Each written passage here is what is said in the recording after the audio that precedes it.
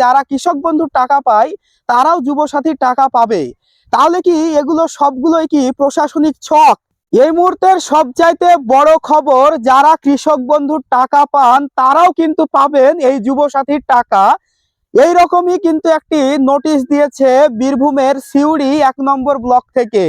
এছাড়াও একজন বিধায়ক তিনি নিজেও বলছিলেন যে যারা কৃষক বন্ধুর টাকা পায় তারাও যুবসাথীর জন্য আবেদন করতে পারবে এবং তারাও টাকা পাবে। তো এই জায়গাতে একটা প্রশ্ন, যে এখনো পর্যন্ত কিন্তু রাজ্য সরকার কোনো অফিসিয়াল নোটিশ দেয়নি। এছাড়াও এটা কিন্তু পাবলিকলি এখনো ঘোষণা করা হয়নি যে যারা কৃষক বন্ধুর টাকা পায় তারাও যুবসাথীর টাকা পাবে।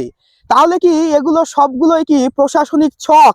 যে মানুষ যে এই মুহূর্তে যে পরিমাণে উত্তেজিত হয়ে আছে, কারণ অধিকাংশ মানুষই কিন্তু কৃষক বন্ধুর টাকা পায়, তারা কিন্তু এই যুবসাথীতে অ্যাপ্লাই করতে পারছে না।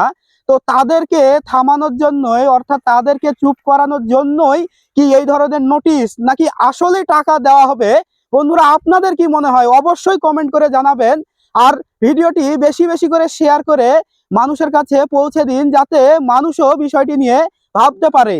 আর এইরকমই আরো ইনফরমেটিভ ভিডিও পেতে অবশ্যই আমাকে ফলো করবে।